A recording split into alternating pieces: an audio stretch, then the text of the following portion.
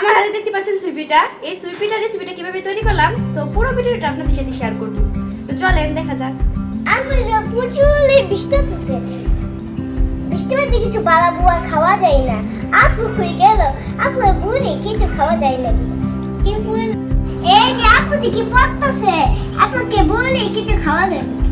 আচ্ছা চলো কি খাবা? আর এই যে আপু দেখি পড়তেছে। আপু আমার নালে খিদা লাগছে। তুমি না অনেক কিছু রান্না করো খাওয়াও। তো কি খাবা তুমি? ছুঁই পিঠা। সুইপিটা খাবা? তো চলো বানিয়ে খাওয়াই দেবো। যেহেতু সুইপিটা বানাচ্ছি এই জন্য এখানে নিয়ে নিলাম পানি। পানিটা ভালো করে ফুটিয়ে একটা ডো তৈরি করে নেব।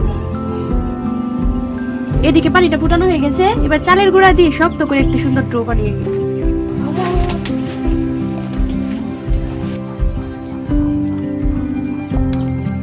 সুইপিটার জন্য আমাদের যা যা লাগবে: দুধ, এটা হচ্ছে আখের গুড়।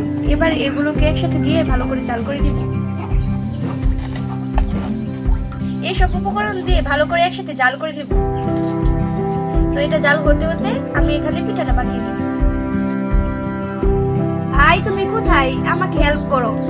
আমি এদিকে পিঠাটা বানাই, তুমি নারকেলটা ভালো করে প্রস্তুত করে দাও।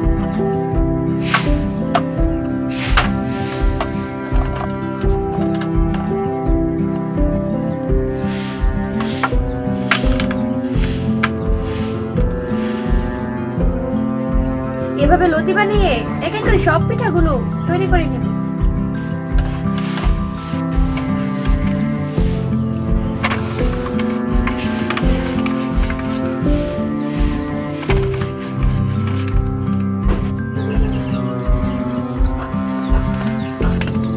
বানানোর মাঝে মাঝে পিঠার মধ্যে গুঁড়া দিতে হয়, নাহলে দোলাটা যেন না ভেজে যায়।